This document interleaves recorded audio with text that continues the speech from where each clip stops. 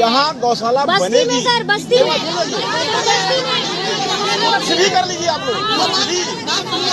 अगर आप लोग 10 मिनट के अंदर यहाँ से नहीं हटते हैं, अभी मैं कराऊंगा FIR। सरकारी जमीन पे खड़े होकर के ये जो तमाशा इतना सालों से आप लोग ने चलाया है। म्यूनिसिपल कमिश्नर का बयान था कि मैं यहाँ पर बना के रहूंगा गौशाला। हमने उनसे रिक्वेस्ट किया था। उपाध्याय ने ये बात कही थी जो कमिश्नर को उसका था नगर निगम का, कि मेरी ख्वाहिश है कि मैं यहाँ बना के रहूंगा। बहुत स्पष्ट बोल रहा हूँ, बहुत स्पष्ट।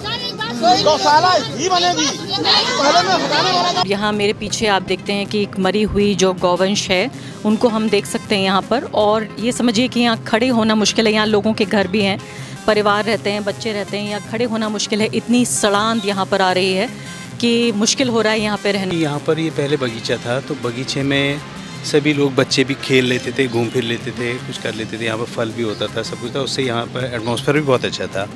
अब ये है कि यहाँ पर जो ये जानवर आ गए हैं उनको रख रहे हैं, ये आपस में लड़ते भी हैं, बीमार भी जानवर हैं। इसको खरीदा था 1935 में। इस जायदाद का दखल खरीद हमारे नाम है, और ये आए अचानक फोर्स लेके और ज़बरदस्ती कब्जा कर दिया मेरी ज़मीन पे। नमस्कार, द वायर में आपका स्वागत है। मैं हूं आरफा खानम शेरवानी। उत्तराखंड से हम चुनाव को देखने की कोशिश कर रहे हैं, जो देश भर में आम चुनाव हो रहे हैं। अब से कुछ घंटों बाद लोग पंक्तियों में खड़े होंगे, अपना वोट डालेंगे। उत्तराखंड को समझने के लिए बहुत ज़रूरी है उत्तर प्रदेश के उस इतिहास को समझना, और इस इतिहास को समझना कि आखिर एक प्रदेश से दूसरा प्रदेश अलग क्यों हुआ। पूरी कहानी हमें बताती है कि विकास के जो मांग थी उसको लेकर कि पहाड़ी इलाके में विकास नहीं हो पा रहा था, इसको लेकर ये स्टेट अलग हुआ ताकि बेहतर तरीके से छोटी आबादी, माना ये भी जाता है कि छोटी आबादी का प्रशासन बेहतर तरीके से होता है। लेकिन उत्तराखंड बनने के 2 दशकों बाद उत्तराखंड की पूरी कहानी पिछले कुछ सालों में भाजपा का जो पूरा डेकेड, भाजपा का जो पूरा दशक यहाँ पे गुजरा है, वो सिर्फ और सिर्फ सांप्रदायिकता के इतिहास के तौर पर लिखा जा रहा है। इस सांप्रदायिकता के इतिहास का जीता जागता नमूना मेरे सामने ये जगह है। अब से ठीक 2 महीने पहले ये जगह एक खिलता हुआ, फलता फूलता बागीचा हुआ करता था। अब यहाँ पर गाय मौजूद हैं और सरकारी गौशाला बना दी गई है। अब जाहिर है ये बेज़ुबान गाय तो जानती नहीं है कि इनके नाम पर क्या सांप्रदायिकता हो रही है, इनके नाम पर किस तरह की राजनीति की कोशिश हो रही है। लेकिन भाजपा ज़रूर जानती है, जो धामी है यहाँ के मुख्यमंत्री वो अच्छे तरीके से जानते हैं, भाजपा का जो केंद्रीय नेतृत्व है वो अच्छे तरीके से जानता है कि कैसे 2 समुदायों के बीच सांप्रदायिकता की दीवार यहाँ पर सीधे सीधे खड़ी की गई है।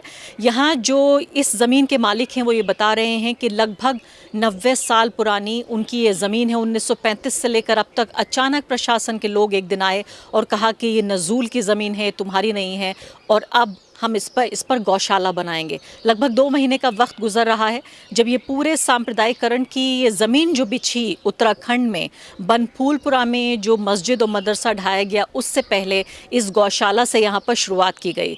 यहाँ जो स्थानीय लोग हैं वो आरोप लगा रहे हैं कि गायें, जो कि हर कुछ दिन बाद एक गाय का किसी की मौत हो जाती है और यहीं पर बुलडोज़र लाके उसे यहाँ पर, यानी मशीन लाके उसे खोदा जाता है और यहीं उसको दफन कर दिया जाता है। अभी भी हमारे सामने, आपको कुछ ही देर में तस्वीर दिखाएंगे, हमारे सामने अभी हमने देखा कि मशीन से खोदकर एक गाय को दफनाने की कोशिश की गई। एक मृत गाय का शरीर हमारे सामने भी यहाँ पड़ा हुआ है। आइए यहाँ पर लोगों से बातचीत करते हैं कि कैसे एक मुस्लिम इलाके के बीचों बीच किसी की ज़मीन पर आके अधिकारियों ने क्या कब्ज़ा किया है या उन्होंने कानूनी तरीके से किया है, लोगों को किस तरह की दुश्वारियों का सामना करना पड़ रहा है। क्योंकि एक और बहुत महत्वपूर्ण बात जो सुनने में आई वो ये कि किस तरीके से यहाँ पर जो बजरंग दल से जुड़े हुए और जो गौ रक्षक हैं वो सांप्रदायिक बातें करते हैं और इस इलाके में एक तरह की ध्रुवीकरण की कोशिश की जा रही है लोगों को परेशान करने की।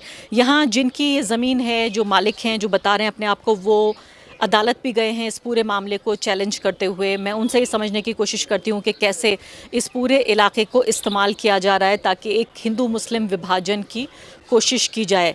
नज़ाकत साहब, मुझे ये बताइए कि क्या हुआ था यहाँ पर फरवरी के महीने में? इससे पहले बागीचा होता था, फिर अचानक ये गौशाला। 1935 से ये बगीचा है और अच्छन खां के नाम से है।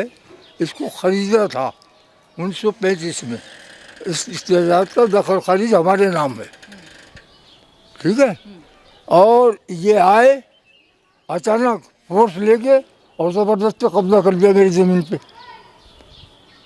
अब अगर मैं इनसे हेगली करता तो चूँकि मलिक के बगीचे में घपला हो गया, गोली कांड हुआ, यहाँ भी वही हो जाता, इसलिए मैं खामोश हो गया। मैंने उनसे कहा कि आप अपने कागज तो दिखा दो। तो आप अदालत गए हैं अब इसको, गए तो ये वो कह रहे हैं नजूल की ज़मीन है। वो नजूल की ज़मीन क्या होती है? नजूल की ज़मीन वो जो सरकारी होती है, जो नगर पालिका के अंदर होती है, जो ब्रिटिश गवर्नमेंट थी 1935 में, ब्रिटिश गवर्नमेंट थी, उसमें रजिस्ट्री मेरी 1935 4 दिसंबर 1935 की है। उसके बाद हो गया दखल खारिज, वो मेरे नाम है। और क्या सबूत दूँ? तुम अपना सबूत दो, तुम्हारा नजूल का चाहिए ये। तो किस तरह से हुआ था ये कि बोर्ड अपना साथ में लेकर आए थे? ये यहाँ पर इन्होंने तार भी बांध दिया है, दीवार भी खींच दी है। तो मेरा है, ये दीवार बनाई इन्होंने, ये पुलिस लेकर आए, फोर्स के जरिए आए और घुस गए, नाच दिए, पेड़ काट दिए, वो पेड़ काट दिए, वो पेड़ काट दिए, गाय मरती है तो इन्हें दफना रहे, फिर कह रहे हैं कि हमारी ज़मीन हम दफनाएंगे। लो अब बताओ, मैं इनको इतनी ज़मीन नहीं है। कितनी ज़मीन होगी ये आपकी? ये है 29 बीघे। 29 बीघा ज़मीन है। हाँ। सब आबादी बसवाई मैंने, ये आबादी बसी है, सब आबादी बसी है, सब मैंने बसाई है। यहाँ कुछ स्थानीय लोग भी हमारे साथ मौजूद हैं जो ये कह रहे हैं कि गौशाला को आबादी के खचाखच भरी आबादी के बीचों बीच ये गौशाला बना देने से, एक बार इनकी बात सुन लेते हैं, बना देने से आम लोगों को क्या परेशानी हो रही है ये जान लेते हैं। आपका नाम क्या है? मेरा अबरार, मोहम्मद अबरार। तो बताइए आप, क्या परेशानी ये हो रही है? इसमें ये परेशानी में ये हो रही कि यहाँ पर ये पहले बगीचा था, तो बगीचे में सभी लोग, बच्चे भी खेल लेते थे, घूम फिर लेते थे, कुछ कर लेते थे। यहाँ पर फल भी होता था, सब कुछ था, उससे यहाँ पर एटमॉस्फेयर भी बहुत अच्छा था।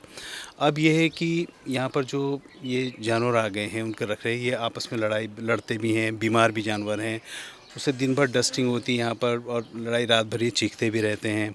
तो बच्चे पढ़ने वाले भी यहाँ पर रहते हैं, स्कूल के सारे बच्चे हैं पढ़ने वाले सारे, सब, तो पढ़ाई में भी डिस्टर्बेंस होता है। और दिन रात क्या नाम कहते हैं, इस तरह से कभी कोई बीमार जानवर है वो चीखता रहता है, दर्द से कराते रहते हैं। अभी भी मरे पड़े हैं यहाँ पर, देखिए सामने ये मरे पड़े हैं। और दूसरा, यहीं पर ही इसको डंप कर रहे हैं, यहीं पर ही इसको इसमें दबा दे रहे हैं। तो इससे भी आने वाले टाइम में कभी रिहाइश एरिया है तो कोई प्रॉब्लम तो होगी ही, कोई ऐसी चीज़, कोई महामारी इस तरह की भी फैल सकती है कि जानवर कहीं दबाएं। रिहाइश इलाके से अलग दबाना चाहिए। अगर यहाँ पर रखें, गाय भी रखा है इन्होंने, तो रिहाइश इलाके से जो मरी हुई है उनको कहीं और रखना चाहिए था। मैंने वो बयान भी सुना था जो कि म्यूनिसिपल कमिश्नर का बयान था कि मैं यहाँ पर बना के रहूँगा गौशाला। जी हाँ, हमने उनसे रिक्वेस्ट किया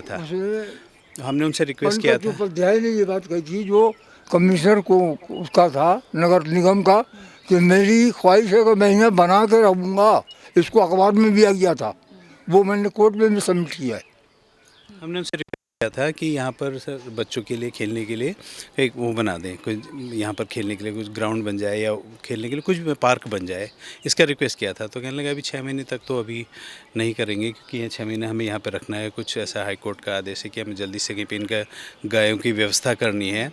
अभी हमारा बन रहा है वहाँ पर, जो बड़ा एक बन रहा है, जो उसमें शिफ्ट करेंगे आफ्टर 6 मंथ। तो ये उन्होंने कहा था, लेकिन उन्होंने इसके लिए कुछ वो नहीं कहा कि पार्क आर्क हमने बना लेंगे।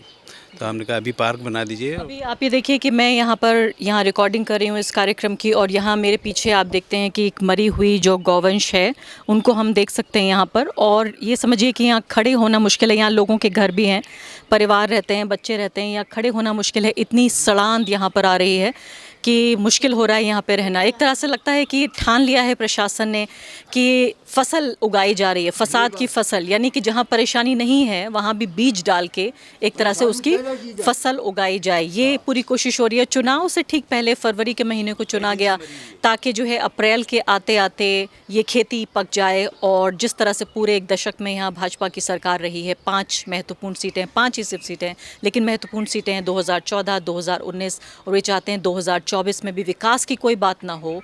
जो यहाँ से माइग्रेशन हो रहा है, पलायन हो रहा है लोगों का, उसकी कोई बात ना हो। ये बात ना हो कि पहाड़ी इलाके में किस तरह से यहाँ पर कम से कम 2000 गांव ऐसे हैं जहां अब आबादी नहीं है, लोग छोड़ के जा चुके हैं। पूरा जो हम देख रहे हैं आर्मी को लेकर एक यहाँ पर जो पूरा क्रेज़ था लोगों में, वो भी अग्निवीर स्कीम से एक तरह से पूरे तरीके से लोगों में निराशा छा गई है कि 4 साल की नौकरी क्या करें। उस सब को कम करने के लिए, तमाम गुस्से को दबाने के लिए, एक समुदाय को निशाना बनाने की कोशिश साफ तौर पर, सीधे सीधे एक सबूत के तौर पर यहाँ हमारे सामने इस गौशाला के तौर पर दिख रही है। द वायर के और वीडियोस देखने के लिए सब्सक्राइब करें और बेल आइकन पर क्लिक करें। स्वतंत्र पत्रकारिता की आर्थिक मदद करने के लिए डिस्क्रिप्शन में दिए गए लिंक पर जाएं और अपनी राशि चुनें।